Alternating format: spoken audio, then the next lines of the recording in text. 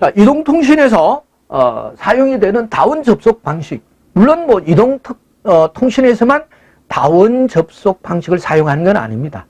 예, 위성통신에서도 사용을 하고 있습니다. 그럼 다원 통신의 목적이 뭐냐?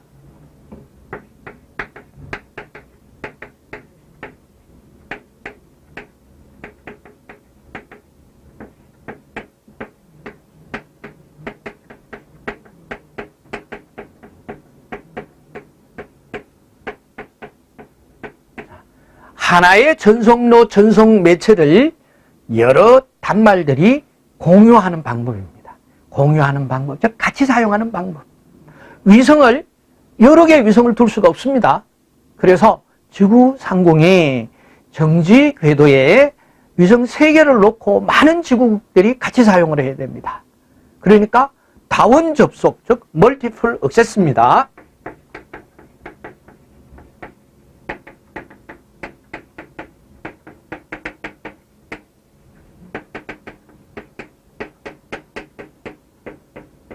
이렇게 다원 접속 방식을 사용을 해야 됩니다. 이동통신도 마찬가지죠. 하나의 주파수 자원을 이용해서 여러 이동 단말들이 같이 사용을 해야 되기 때문에 다원 접속 방식을 사용해야 됩니다. 다원 접속 방식은 이 무선 환경에 사용되는 이런 접속 방식이구나. 이렇게 사용을 하시고, 방법이 어떤 방법이 있느냐?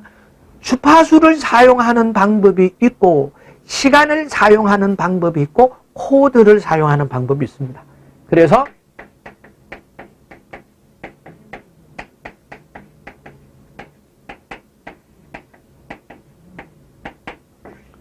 FDMA, TDMA, CDMA 방식이 있습니다. 주파수를 나누어서 할당하는 방식이 바로 FDMA 방식입니다. 이 나뉘어진 이 대역을 다시 같은 주파수라 하더라도 시간적으로 구분을 해서 우리가 PCM에서 PCM 125 마이크로 프레임 주기를 24채널로 나눈다라고 제가 말씀을 드렸죠. 그거 역시 하나의 TDM 방식입니다. 시분할 다중 방식입니다. 시간을 나누어서 그렇게 사용을 하는 방법입니다. 그리고 CDMA는 같은 주파수, 같은 시간이지만은 코드를 나눕니다. 수도 노이즈, PN 코드로 코드를 나누어서 사용하는 방법에서 다운 접속 방법은 3가지가 있습니다. 그러면 FDMA, CDMA, TDMA, SDMA에서 1번이 틀렸습니다. 다음 22번이 되겠습니다.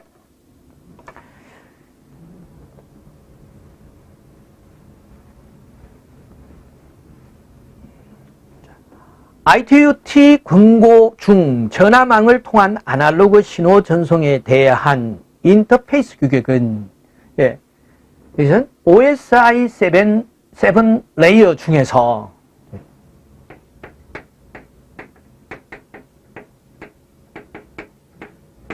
OSI 7계층입니다. OSI 7계층 벌써 많이 되풀이했고 잘 알고 계시는 거죠. 예. 그래서 인터넷망에서 인터넷망을 통해서 데이터 정보 통신을 하는 이런 규약이 되겠습니다. 이 규약이라고 하는 건 뭐냐? 우리가 익혀 잘 알고 있습니다.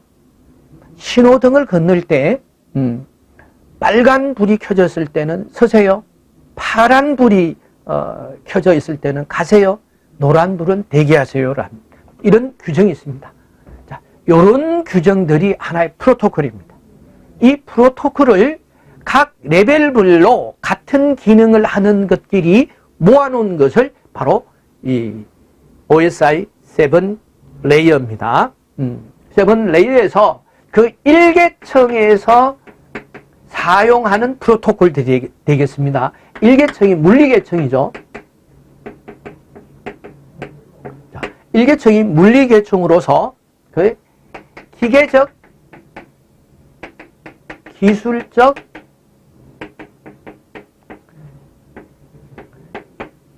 기능적 절차를 규정해 놓은 프로토콜이 되겠습니다.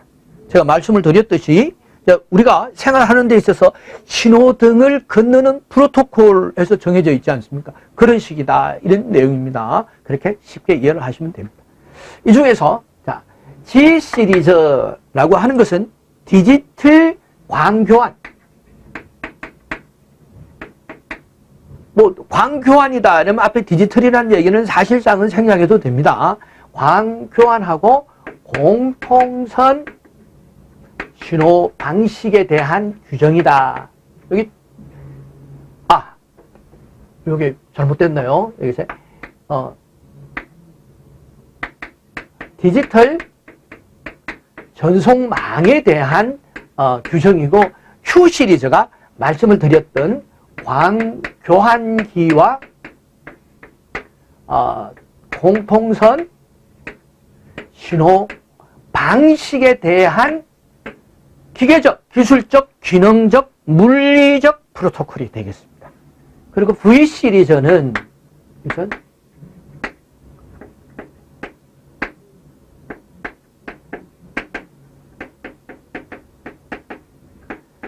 전화망을 통한 데이터 통신 규약입니다. X 시리즈는 데이터 통신이에요. 그래서 오리지널 데이터 통신에 대한 규정이 X 시리즈다. V 시리즈, V.5 이렇게 있다면 X 시리즈는 X.21, X.25 이런 규약들을 있습니다. 그래서 이런 규약들은 물리계층 OSI7 레이에서 제1계층에서 기술적, 기계적, 기능적, 절차적 이런 규약을 한 것이구나. 그런데 문제에서는 어떤 문제를 물었습니까? 전화망을 통한 아날로그 신호 전송이라고 했습니다. 그래서 2번 V 시리즈가 되겠죠. 전화망을 통한 데이터 통신 방식에 대한 프로토콜 규정이다. 다음 문제를 보도록 하겠습니다.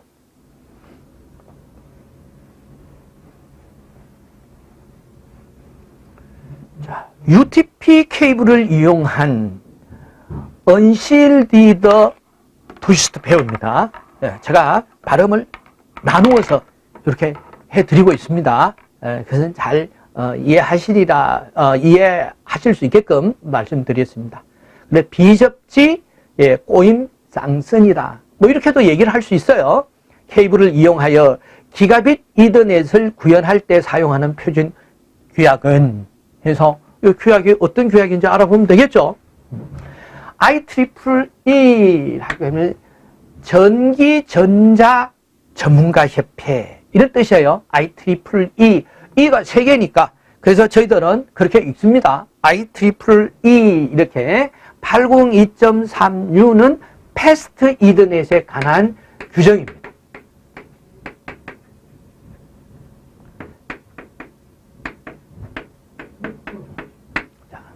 패스트 이더넷이다. 빠른 이더넷이다. 이런 얘기입니다.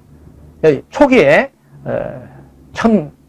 초기입니다. 1900년 말, 이렇게 해서 이 카테고리 1, 2, 3, 4를 얘기를 하고 있습니다. 1, 2, 3, 4. 2메가, 10메가, 16메가에서 동선을 이용을 해서 이것이 전송할 수 있는 한계다라고 얘기를 했던 시대입니다.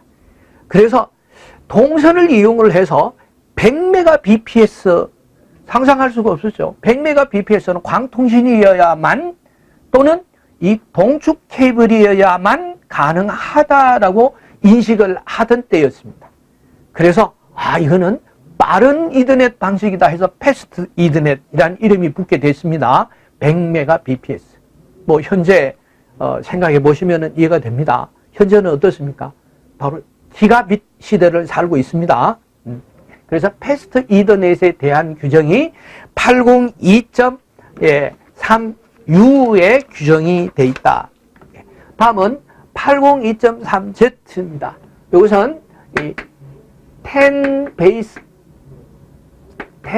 베이스 X 방식입니다. 10이라고 하는 것은 이거는 전송 속도를 얘기합니다. 뒤에는 단위는 메가 헬즈입니다. 그리고 1GHz죠. 1GHz까지 전송할 수 있다라는 뜻이고, 전송 매체가 뭐냐? X라고 했습니다. X니까 광 케이블이나 동축을 얘기를 합니다.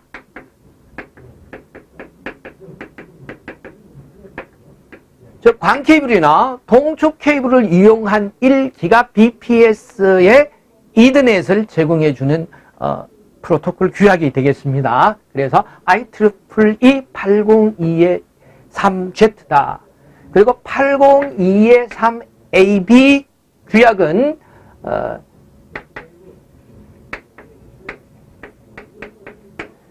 그래서 1000 베이스 T입니다. 1000 베이스 T는 이건 1기가비트 그리고 베이스 T니까 이건 동선입니다. 동선을 기반으로 한 1GBps 전송입니다. 여기 현재죠. 현재. 그리고 IEEE 802.AE는 10GBps 규정이 되겠습니다. 10GBps. 자, 이렇게 해서 인터넷 환경에서 통신 속도별, 전송 매체별 규약을 한번 알아본 겁니다. 자, 문제에서는 기가빗 이더넷을 UTP 케이블 동선입니다. 동선을 기반으로 한 기가빗 이더넷을 규정을 하는 표준 규약, 규격은 뭐냐? 3번이죠. IEEE 802.3AB 규약이 되겠습니다. 3번이 답이다.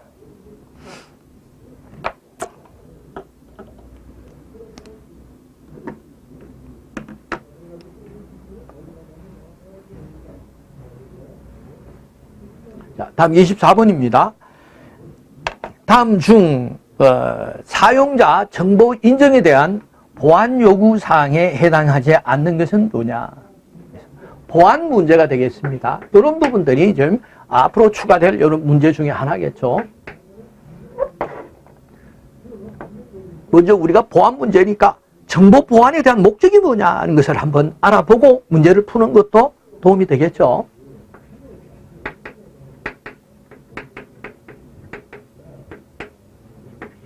자, 먼저 정보 보안의 목적은 먼저 기밀성입니다. 자, 기밀성은 아무나 그 정보 보안에 접근해서는 안 되겠죠. 큰 문제가 발생을 하겠죠. 그래서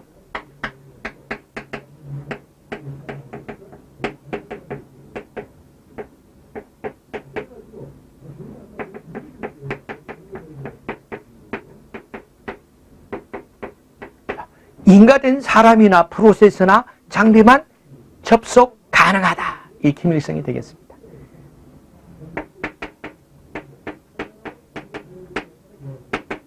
다음은 투명성이 되겠습니다.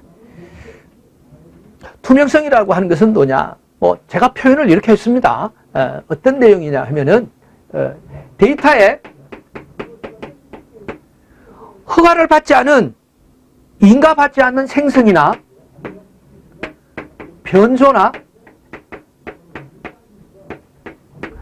삭제가 있어서는 안 되겠다라는 얘기입니다. 그리고 가용성. 그럼 인가를 받은 사람은 이러한 절차를 통해서 데이터의 접근, 정보의 접근을 해서 사용하는데 불편을 느껴서는 안 되겠죠. 그래서 인가자라고 하는 것은 인가가 된 프로세스 시스템을 통칭하는 겁니다. 인가자는 원하는 때에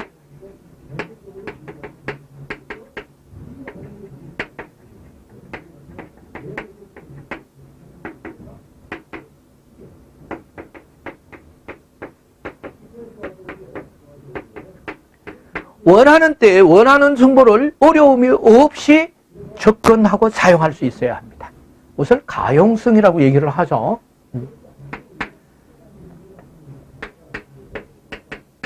다음 인정입니다. 그러면은 이 인가자를 어떻게 구분할 것이냐 하는 거죠.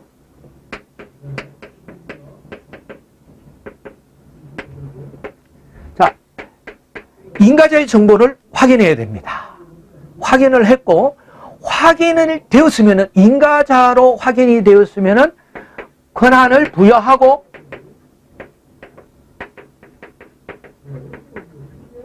유효성을 줘야 되겠죠. 이런 부분들이 포괄적인 인정에서 봅니다. 그래서 인가, 식별, 그리고 인정, 이런 부분에 같이 들어있죠. 같이 들어있습니다. 그리고 자, 부인 방지 기능입니다. 부인 방지는 목적을 가지고 있는 사람이, 프로세스가, 장비가 접근을 해서 공격을 할 수가 있고 도용을 할 수가 있고 데이터를 가져갈 수 있습니다. 이렇게 했을 경우에 이런 흔적이나 증거를 제시했을 때 아니야, 무슨 소리야, 나는 그런 적 없어 라고 하지 못하는 이런 보안적인 장치가 되어 있어야 된다. 누가, 언제, 무엇을 어떻게 조작했는지 정확하게 기록을 하고 감시하고 있어야 된다. 경우에 따라서는 어때요? 접근 제한을 할 필요가 가장 강력하겠죠. 접근 제한입니다. 이런 방법들을 하는 것이 부인 방지, 포괄적인 부인 방지 기능이다 하는 것이 정보 보안의 목적입니다. 이제 좀 이해가 되시죠? 보안은 이런 겁니다. 그런데 이러한 기능을 하기 위해서는 시스템이 복잡해야 되고 별도의 이러한 장비가 갖춰져야 되고 그리고 이러한 처리를 하는 시간이 필요하게 되고 장비의 사양은 올라가야 되고 그렇습니다. 모든 것을 양쪽에 두 마리의 토끼를 한꺼번에 잡을 수는 없습니다. 내가 이렇게 투자를 해야 안전함이 보장이 된다. 그래서 이 보안을 넘어서 물리적인 사람의 인적 보안이다. 자, 이렇게도 지금 얘기를 하고 있습니다. 예. 그래서 이런 보안 장비를 하는 방안도 있지만 아예 물리적으로 구분하자라고 하는 이러한 경향도 지금 나타나고 있습니다. 아예 원천적으로 할 수 없게끔 용도를 구분해서 물리적으로 구분하자. 이런 보안도 있을 수 있겠죠. 자, 그럼 문제를 보도록 하겠습니다. 다음 중 사용자 인정이라고 얘기를 했습니다. 인정, 요게 있죠. 인정을 하기 위해서는 먼저 어떻게 되겠습니까? 사용자의 정보를 제시하고 그 정보를 확인하는 식별 조치가 들어가야 되겠죠. 식별 조치를 해서 확인이 되면은 권한을 부여해 줘야 되겠죠. 이걸 인가라고 합니다. 그래서 그 인가되는 것을 유효성을 가지게 하는 것이 바로 인정입니다. 인정. 그렇다면은 인정, 식별, 인가, 식별, 인정 이러한 절차가 필요하겠죠. 그러나 차별을 두려고 하는 건 아닙니다. 차별을 두려고 하는 건 아니다. 인가자에서는 차별이 없죠. 내가 원하는 어테이션. 그래서 이 가용성입니다. 인가자라면은 차별은 없다라는 얘기입니다. 그래서 답은 1번이 되겠습니다. 25번입니다.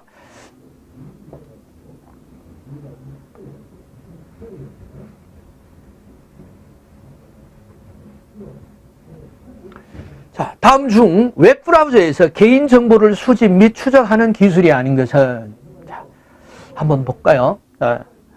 우리가 많이 알고 있는 건 뭐냐? 뭔지는 잘 몰라도 쿠키라는 겁니다. 왜? 인터넷이 잘 안 된다, 속도가 느리다 할 때 뭐를 하게 됩니까? 그거 V3를 돌려서 뭔가를 검토를 하고 삭제하고 이러면 빨라지죠. 이게 바로 쿠키입니다. 그래서 개별 장비에서 문서나 혹은 이미지나 등의 작업을 했을 때 이것을 픽셀로 남아있는 정보가 바로 쿠키가 되겠습니다. 그래서 개별 장비의 문서, 이미지 등에 대한 픽셀이다.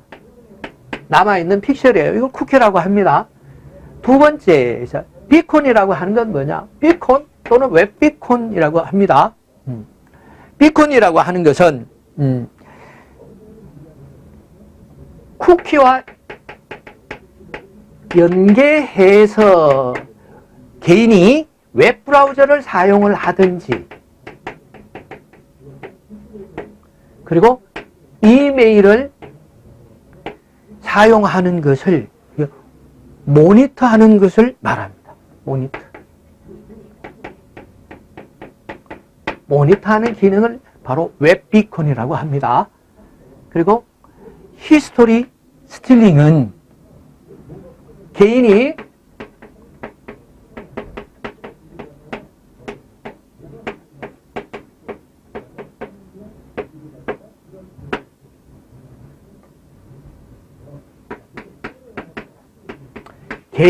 웹브라우저 사용했던 이 기록을 스틸이랑 훔친다는 뜻이죠. 그래서 도용해버리는 겁니다. 자, 그래서 문제를 보시면 웹브라우저의 개인정보를 수집, 추적하는 기술은 해서 쿠키, 비콘, 히스토리, 스틸링 이렇게 찾으실 수 있겠죠. 그래서 인증서하고는 관계가 없겠습니다.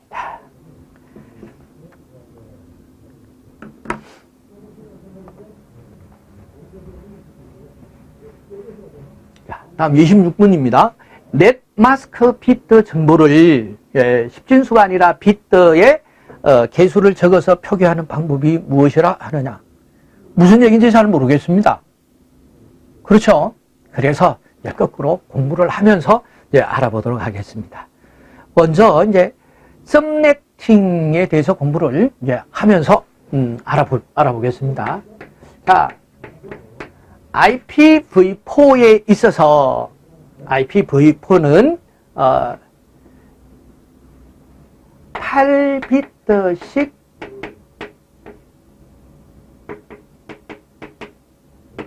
자, 주소 체계입니다. IPv4의 주소 체계를 8비트씩 4블록으로 구분하고 있습니다. 그걸 10진수 체계로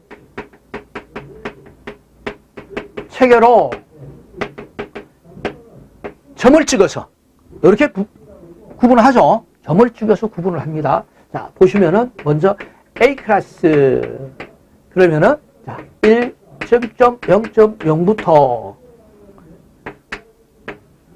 126.0.0.0 이렇게 해서 이 8비트씩 4개의 블록으로 해서 구분을 이렇게 하고 있습니다. 그럼 B 클래스 이렇게 되면은 128번 0.0.0부터 191.255.0.0 이렇게 구분을 하고 있습니다.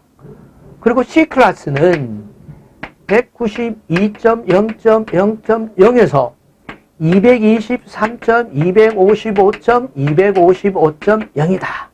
이런 거를 많이 보셨을 거예요. 그럼 D 클래스는 그래서 224.0.0.0에서 239죠. 239.255.255.255. 자, 이렇게 표현을 하고 있습니다. 그럼 D 클래스는 나머지겠죠. 그래서 240.0.0.0에서 254.255.255.255. 자, 이렇게 나누는 방식이 바로 클래스입니다. 클래스고 이것을 마스킹이라고 합니다. 이제 이게 클래스입니다. 클래스. IPv4의 주소 체계다. 클래스다라는 얘기죠. 그리고 이것을 마스킹을 한 것이다. 그렇게 이 사용을 하다가 A 클래스는 요거는 대용량이니까 국가 단위나 대기업 등 대단말을 많이 쓰는 이런 다국적 기업 이런 데 부여해 줄 수 있겠죠. 그리고 B는 여기서 대용량 기업. 그래서 C는 여기서 소용량. 그래서 용량별로 할당을 하고 있습니다. 그래서 A도 보시면은 A 클래스다 이러면은 앞에 있는 4개의 빗들을 넷독으로 썼습니다. 그래서 8비트가 넷독이요. 그리고 23비트가 호스트입니다. 호스트. 즉 단말 숫자다 이런 뜻이에요. 그러니까 굉장히 크죠. B 시스템은 16비트가 네트워크이요, 16비트가 호스트입니다. C 클래스는 23비트가 네트워크이요, 8비트가 호스트가 되겠습니다. 그래서 C 클래스의 호스트의 숫자는 얼마냐?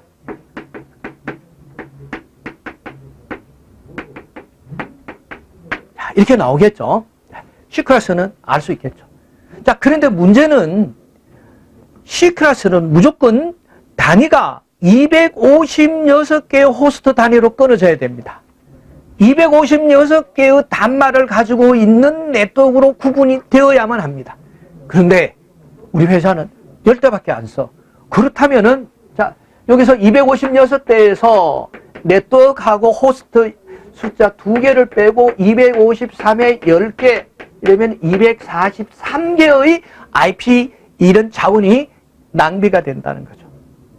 그래서 이 마지막 8비트의 호스트 자리에 비트 수를 조정해서 일부를 네트워크로 쓰고 호스트를 조정하는 방식을 썸네팅이라고 합니다. 썸네팅. 아, 1번에 있네요. 여기 썸네팅입니다. 그래서 8비트, 요 네 번째 8비트입니다. 8비트의 일부를 나누어서 네트워크로 쓰고 나머지를 호스트로 한다 이런 뜻이에요. 예를 들어서 2비트를 네트워크로 쓴다 이렇게 가정을 하겠습니다. 그러면은 8비트 중에 2비트를 네트워크로 사용을 하니까 호스트는 6비트가 되죠. 그러면 6비트, 즉 2의 16성, 2의 6성이네요. 2의 6성으로 호스트, 즉 단말의 숫자를 구성할 수 있는 것은 2의 6성이니까 64배가 되겠습니다.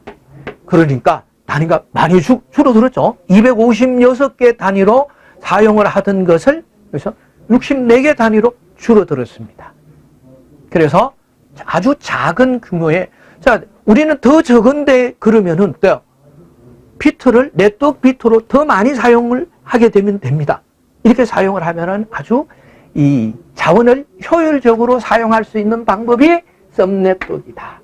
이 넷마스크가 이렇게 10진수를 2진수 비트로 4개의 블록으로 나누어서 그죠? 네트워크와 호스트로 구분하는 것을 넷마스크라고 한다. 클래스라고 넷마스크라고 한다라고. 자, 다음에는 슈퍼네팅이라고 하는 건 뭐냐? 이렇게 작은 단위로 네트워크를 구분하다가 보니까 이 라우터는 네트워크만 인식을 합니다. 그래서 같은 네트워크에서 통신만 되고 다른 네트워크로 넘어갈 수가 없어요.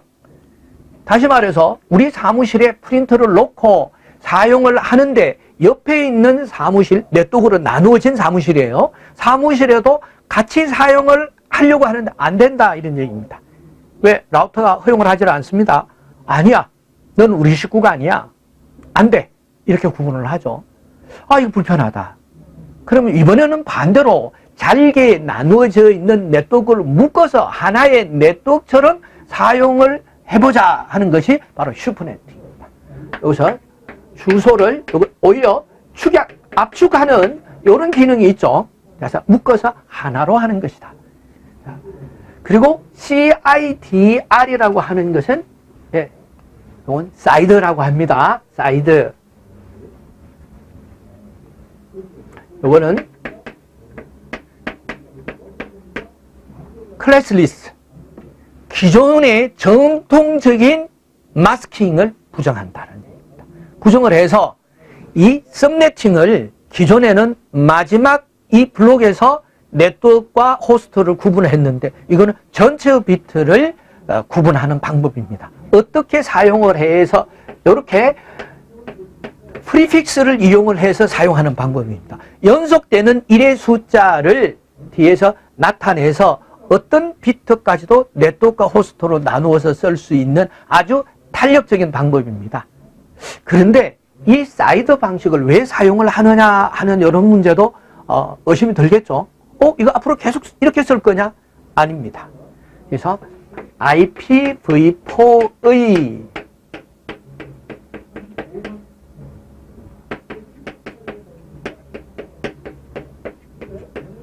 IPv6가 대두가 됐습니다. IPv4는 2의 32성계의 주소를 가지고 있습니다. 그리고 IPv6는 2의 128성의 주소를 가지고 있기 때문에 주소가 부족하지 않습니다. 그런데 요는 이 사이 시간이 문제다라는 얘기죠. 이 사이 시간에 어느 날 갑자기 자, 오늘부터는 IPv6, IPv4 아니야. 이게 안 된다라는 겁니다. 그래서 IPv6를 상용까지 해서 주소를 줄이고 IPv4의 주소가 부족하다라는 얘기는 라우팅 테이블이 늘어났다는 겁니다. 라우팅 테이블이 굉장히 대형화돼서 속도 저하의 원인이 되고 있다. 예? 그걸 다 검색을 일일이 다 검색을 해야 원하는 상대방을 내가 찾아줄 수 있는데, 그래서 IP 부소의 부족과 라우팅 테이블의 대형화,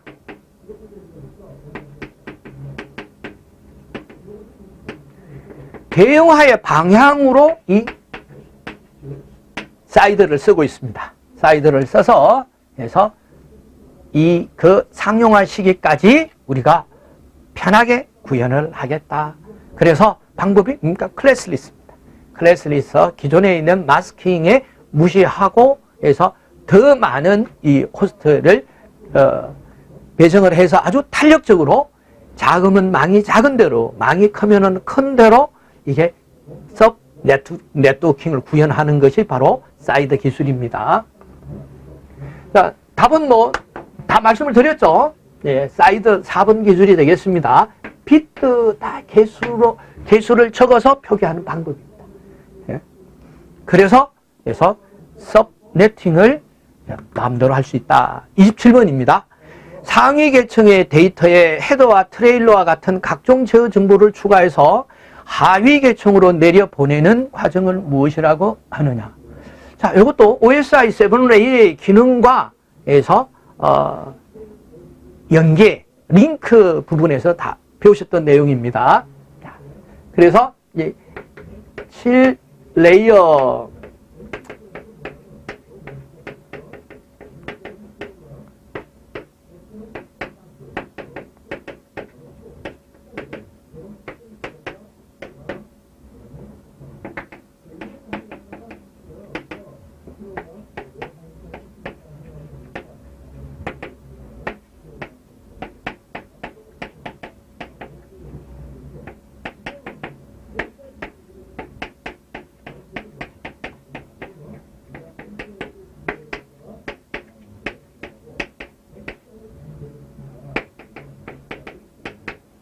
이렇게 해서 이 응용 계층 7레이어부터 물리 계층 1레이어까지 레이어가 같은 기능을 하는 것끼리 공통적으로 묶여져 있습니다. 그래서 제가 편의상 이걸 응용 계층이라고 하고 요 데이터, 이게 응용 데이터, 정보 데이터입니다. 정보 데이터라고 하겠습니다. 물론 각 층마다 그 정보의 데이터와 헤더가 들어 있습니다만은, 자, 그래서 이 응용 데이터의 정보가 4계층으로 내려온다. 그러면 4계층에서는 이 엔드-투-엔드의 연결 설정과 해지 또는 다중화의 정보에 대한 헤더를 붙입니다.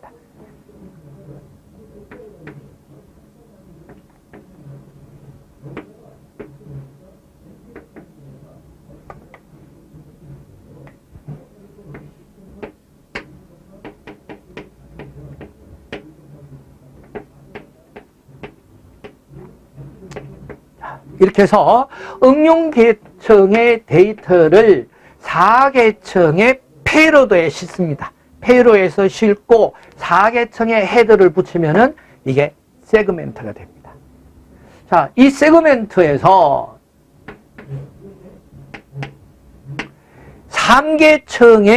3계층에서는 이 4계층의 데이터 헤더를 포함한 페이로드 데이터를 3계층의 페이로드에 담고 헤더를 붙이게 되면은 이것을 패킷이라고 합니다. 패킷. 자, 2계층에서는 3계층의 헤더와 데이터를 페이로드에 싣고 다시 2계층 헤더를 붙인 것을 프레임이라고 합니다. 자, 물리계층에서는 이건 각 비트 단위로 이런 전송이 되겠죠. 보시는 것과 같이 이런 데이터와 헤더 정보를 부과해서 묶어주는 것을 캡슐이라고 합니다. 캡슐화.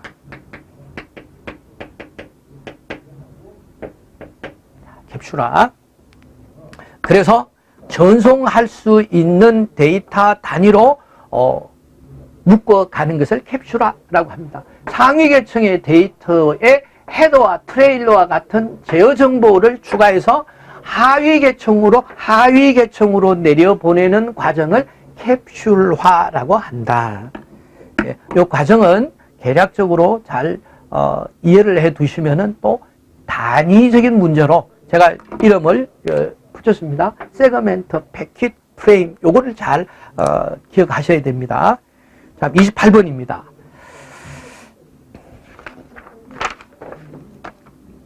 다음 중 인터넷에서 사용하는 통신용 프로토콜은 마침 제가 그림이 잘 그린 상태에서 지우지 않았습니다.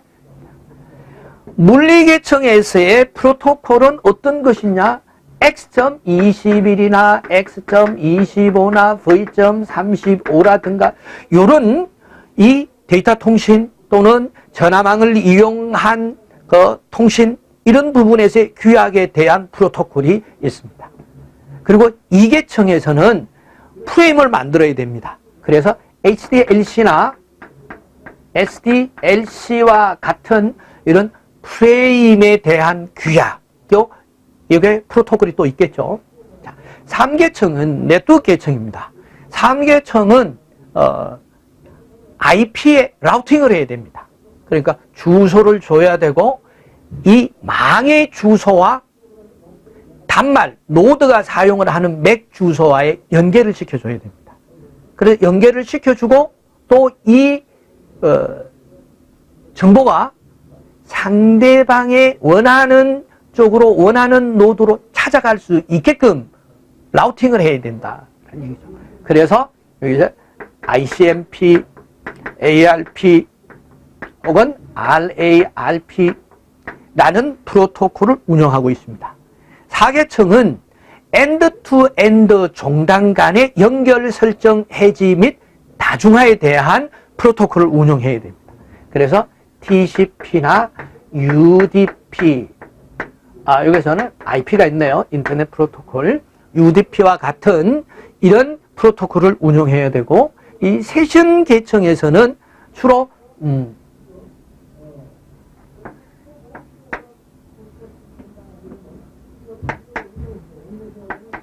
동기화에 대한 프로토콜을 운영해야 되고, 표현청에 대해서는 압축과 암호화에 대한 프로토콜, 그리고 응용 계층에서는 이용자와 이 시스템 간의 인터페이스를 위한 HTTP, SMTP, 슬립 등, 자, 이러한 프로토콜을, 많은 프로토콜을 각 층마다 운영하고 있습니다. 그래서 이 프로토콜에 이름을 붙이려고 하면 어떻게 붙여야 되느냐? 가장 많이 쓰고 중요한 이 프로토콜 이름을 2개를 빼보자라는 얘기입니다. 그래서 가장 중요한 프로토콜은 IP, 경로에서 주소를 찾아가는 만큼 이 분산된 망을 하나로 연결된 가상망에서 상대방을 찾아가는 일만큼 중요한 일은 없다고 볼 수 있습니다. 자, 이렇게 해서 IP를 대표 주자로 하고, 또 하나는 망을 찾으면은 찾은 곳까지 끝에서 끝까지 가는 게 중요합니다. 끝까지 연결 설정을 확보해서 투명성을 보장을 해주는 프로토콜이 뭐냐? TCP 프로토콜이에요. 그래서 이 대표적인 이름을 TCP IP라고 하고 있습니다. 그래서 분산 네트워크에서 인터넷망을 활용한 이 통신 방식을 TCP IP 통신이라고 하자, 이렇게 규정을 했습니다. 그래서 28번은 TCP IP가 되겠습니다. 자, 29번 문제입니다.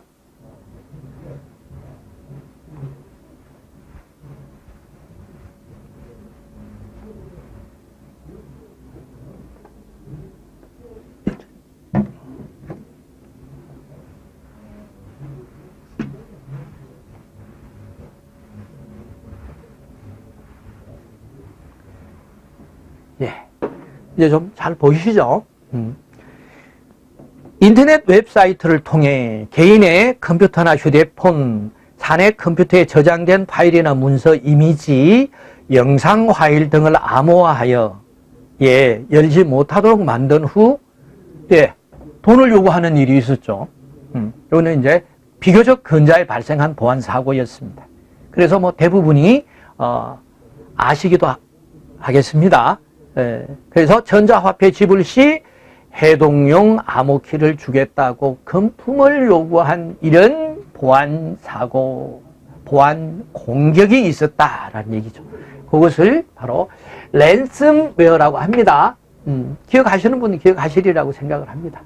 이 스파이웨어라고 하는 것은 공개 소프트, 우리가 번들이나 혹은 소프트웨어가 무료입니다 하는 거 있었지 않습니까? 그래서 대부분이 이런 것은 광고를 끼고 있습니다. 그래서 우리가 좀 불편하지만은 그래도 돈을 들이지 않고 사용을 한다는데 매력은 있죠. 그러나 이 소프트웨어는 그게 아닙니다. 그래서 스파이웨어는 이런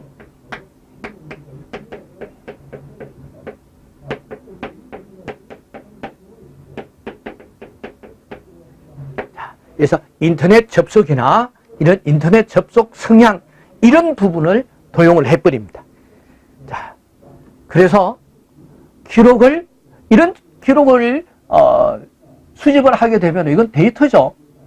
데이터를 축적해서 분석을 하게 되면은 어떤 경향성을 가진 정보가 됩니다. 이 정보가 되고부터는 문제는 달라집니다. 이 정보로 상대방을 공격할 수가 있습니다. 그렇게 됐을 때 상대방은 전혀 대비를 할 수가 없죠. 이런 부분입니다. 아주 무서운 이런 제2차 이런 공격이 될 수 있습니다. 디도스 이 부분도 분산 공격입니다. 분산망을 이용해서 하나의 정보 자원을 전부 점유를 하든지 아니면 파괴를 시켜버립니다. 파괴를 시켜가지고 다른 사람이 이용할 수 없게끔, 우리가 그런 현상을 볼 수 있죠. 우리가 공공사이트에 제가 공적인 일을 하기 위해서 빨리 접속을 해야 됩니다. 그런데 이제 네트워크에 바틀렉이 걸려서 접속이 안 되죠. 왜? 접속자가 많으니까. 그래서 접속 속도가 느려지고 접속이 되지 않고 접속된 것조차도 이렇게 빠져나와 버립니다. 이렇게 해서 계속 분산된 객체를 이용해서 전체 데이터를 요구하게 하거나 아니면은 잉여 이런 데이터를 발생을 시켜버립니다. 이것을 갖다가 플러딩이라고 얘기를 해요. 홍수와 같다라는 식으로. 그래서 이것을 디도스 공격이다라는 얘기가 또 있었고요. 다음에 드루프라는 것은 이 잠입을 할 때는 바이러스를 가지고 있지 않습니다. 그러나 이것을 실행을 시켰을 때 바로 이런 바이러스를 가지고 와서 유포를 시켜버리는 이런 또 악성 코드 또는 공격, 이렇게 얘기할 수 있겠죠. 피해가 있으면 공격입니다. 그래서 답은 랜섬웨어다. 그래서 이게 바로 정보 보안 공격에 대해서 또는 악성 코드에 대해서 우리가 알아봤습니다. 비교적 근래에 우리가 들었던 간접적으로 경험을 했던 것들이 나열되어 있었습니다. 30번입니다.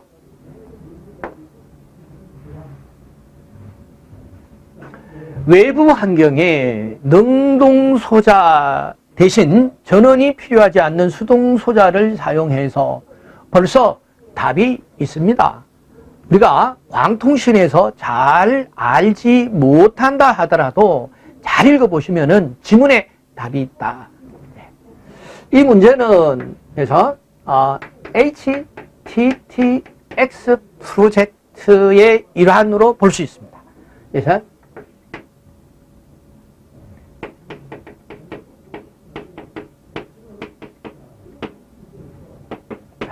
가입자망 고도화 프로젝트였습니다.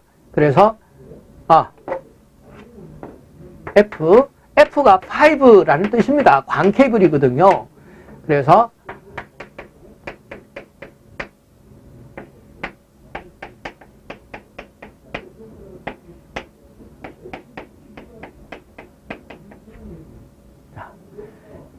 FTTO 계획이었습니다. 광 케이블을 오피스, 집합, 비즈니스 빌딩까지 F2 to the C는 커브 지역입니다.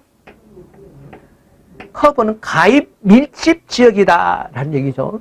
우리가 다니시다가 뭐 아파트 주변이나 또는 공공 주변에 이렇게 컨테이너 박스 같이 생겼던 것들이 전부 다 이제 이게 광 케이블의 하나의 그 RT 장비들입니다. 그래서 이 커브 지역, 가입 밀집 지역까지 광 케이블 이 수신기를 설치하는 이런 것이고, 마지막 프로젝트가 5 to the home입니다. 댁내까지 광 케이블을 설치를 하겠다. 그렇게 하게 되려면은 어떻게 해야 되느냐? 자, 가입되는 이 1대1입니다. 그래서 COT에서 RT로 봤을 때 전체의 이 단말기의 광 케이블을 공급할 수 있는 방안은 어떤 방향이 있느냐는 거죠.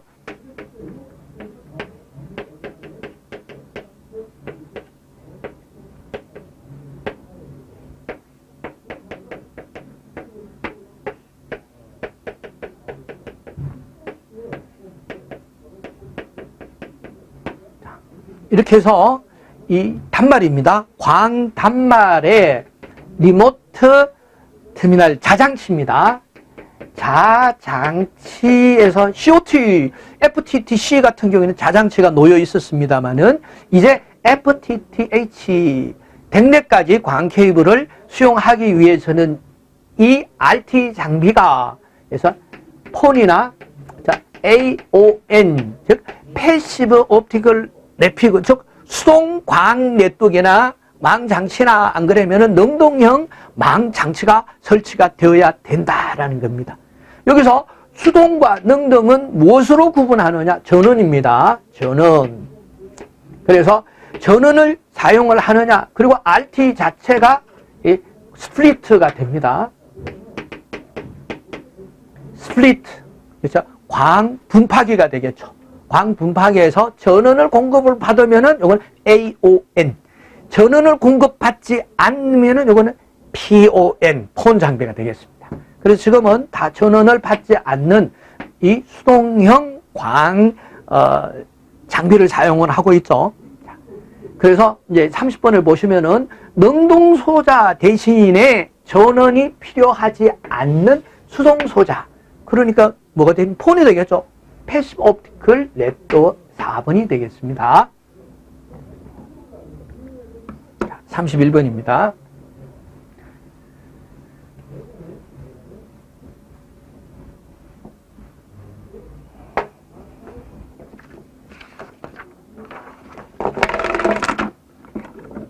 자, 다음 중 전자우편을 안전하게 전송할 수 있도록 개발된 엔드-투-엔드 방식의 보안 프로토콜로 가장 적합한 것은 뭐냐?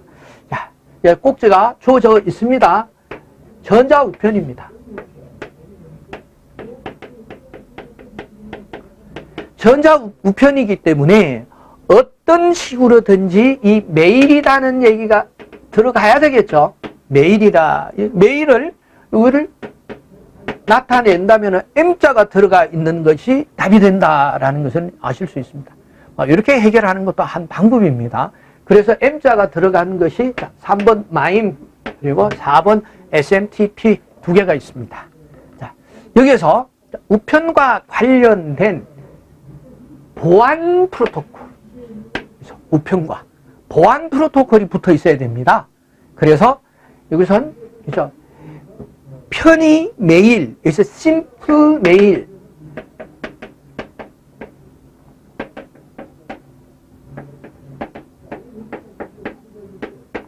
심플 메일 트랜스퍼 프로토콜이에요.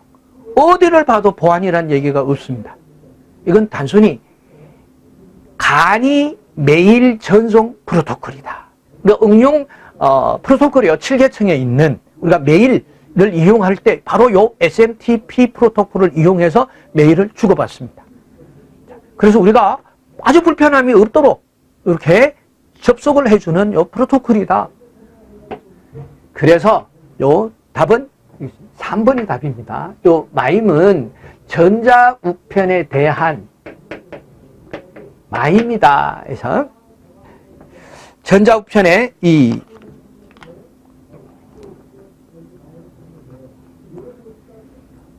마임이 이게 표준 시방입니다. 전자우편의 표준 시방.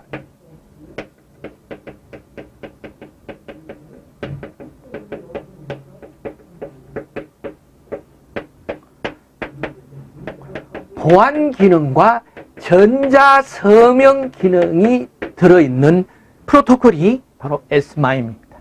자, 요거 기억을 하시면 되겠습니다. 그래서 31번은 3번 답이 되겠습니다. 32번입니다. 다음 중 IPsec 설명으로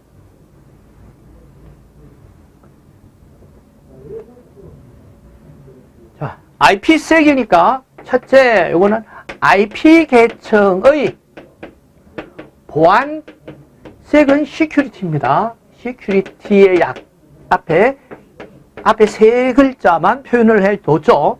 그래서 여기서는 보안 프로토콜이다. 이렇게 기억을 하시면 되겠고. 자, 인터넷 서비스가 어떤 서비스입니까? 분산된 망들이 접속을 유지하지 않은 채 서비스를 하는 비연결형 서비스입니다.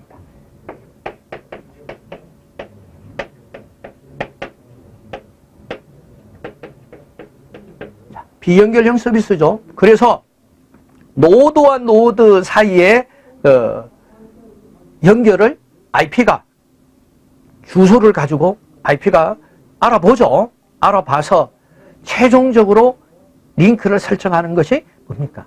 TCP 프로토콜입니다. 그러니까 IP와 TCP 프로토콜의 합작품이 되겠죠. 자, 이렇게 해서 그때 달라집니다. 물론 이 송선지와 수신지는 같아요. 그런데 많은 경로 중에 최적 경로를 선택을 하겠죠. 그래서 비연결형 서비스다. 이 두 가지만 알면 되겠죠. 그래서 보시면은 자, 개발은 누가 했느냐 해서 개발을 한 것은 바로 인터넷 이 표준 기구에서 했어요. 표준 그게 IETF라고 합니다. 국제 인터넷 표준 협회를 말합니다.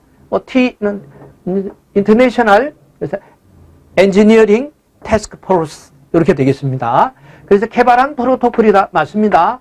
그리고 MP 계층에서 이게 잘못됐죠. IP 계층에서 데이터를 보호하기 위한 복수 프로토콜로 구성이 되어 있다. 그리고 송수신 주소의 사설 네트워크 주소를 이용할 수 있다. 이런 기능이 있다는 얘기입니다. 그래서 참 여기까지 뭐 맞는 것도 같고 아닌 것도 같고 뭐 이렇게 생각하셔도 사실은 무방합니다. 자, 그런데 4번을 보시면은 연결형 무결성 연결형 아니죠. 비연결형 서비스입니다. 인터넷 서비스 자체가 연결형이 아닙니다. 연결형은 어떤 전용 개념이죠. 전용 개념입니다. 그래서 이건 비연결형 이 부분이 틀렸어요. 나머지는 맞습니다. 무결성, 기밀성, 접근 제어 등의 서비스를 제공. 여기까지는 맞습니다만은 어디에 틀렸냐? 연결형이 틀렸다. 인터넷 서비스는 연결형 서비스가 아니다라는 거죠. 그래서 답은 4번이 되겠습니다. 다음 33번입니다.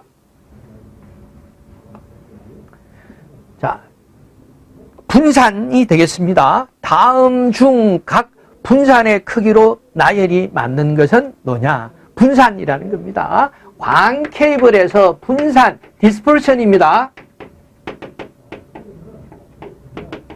자, 분산이 뭐냐라는 거죠. 분산은 뭐 어떤 이유에서든 광 펄스가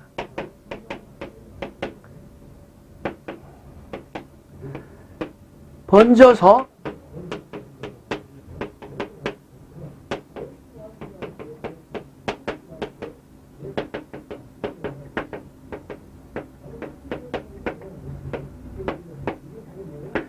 이웃하는 광 펄스와 겹쳐지는 현상을 바로 분산이라고 합니다. 그래서 분산인 경우에서는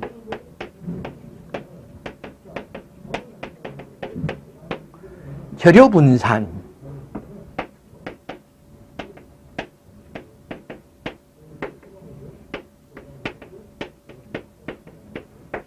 자, 이렇게 재료분산, 구조분산, 모드분산이 있습니다.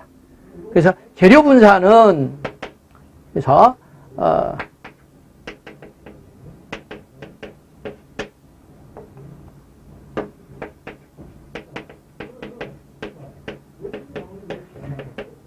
광 파장에 따라서 싱글 모드를 얘기해요. 광 파장에 따라서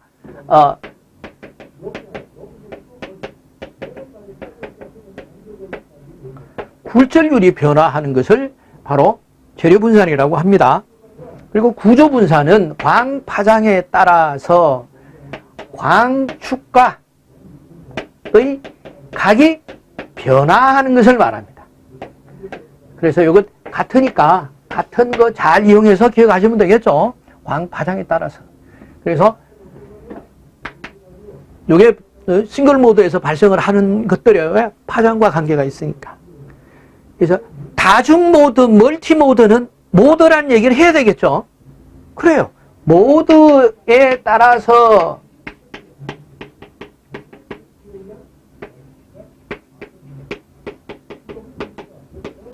전송시간 차이가 발생을 해서 이 광 펄스가 겹쳐지는 겁니다. 겹쳐지면 에러죠. 에러입니다. 이렇게 발생을 하는데 그 크기는 어떻게 되겠느냐 하는 거죠. 크기는 첫째, 모드 분산이 가장 크고 구조 분산이 가장 작습니다.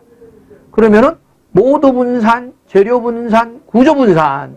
예, 여기 2번이 여기 있네요. 모드 분산, 재료 분산, 예, 구조 분산이 답이 되겠습니다. 그래서 다 이렇게 잘 기억하지 못한다 하시더라도 분산의 크기 순서 이거 똑같이 시험에 나와요.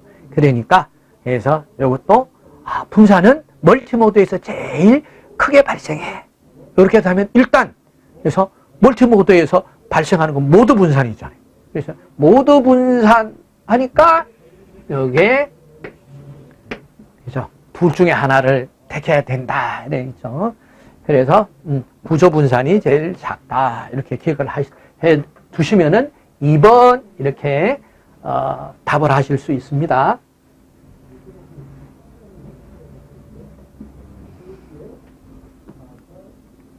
자, 다음 34번 문제가 되겠습니다. 시외통신 케이블 심선수가 500회선일 때 이 케이블의 심선은 어떤 구조를 가지고 있느냐. 이것도 뭐 그렇게 많이 출제가 되는 문제는 아닙니다만은 이것도 잘 기억하는 방법이 있습니다. 우리가 이 케이블은, 모든 케이블은 이제 꼬임 쌍선입니다. TP라고 그래서 꼬아놨습니다.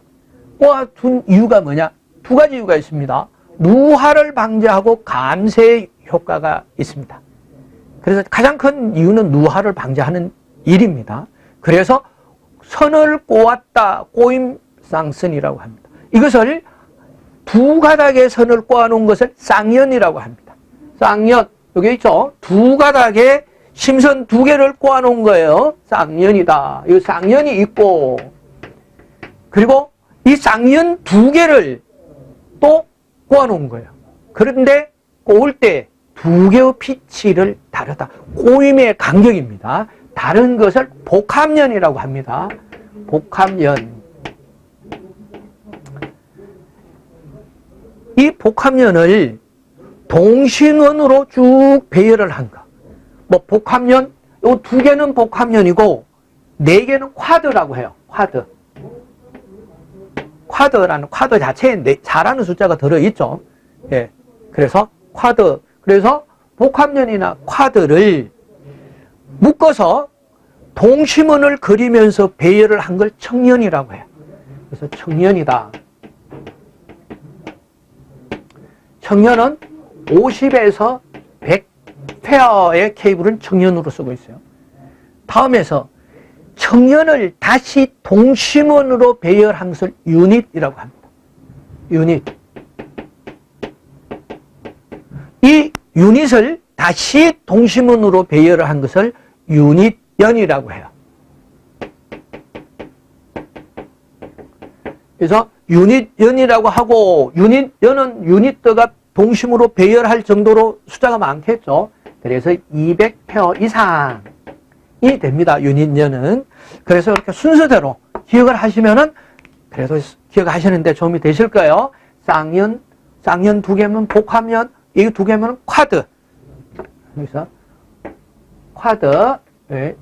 쿼드. 그리고 이 복합년이나 쿼드를 동심원으로 둘러서 배열시킨 청년이라고 하고, 청년은 50페어에서 100페어까지 이 청년을 동심원으로 둘러서 만든 유닛이며, 유닛들을 다시 동심원으로 둘러놓은 것을 유닛연이라고 하고 200페어 이상이 구성을 하고 있다.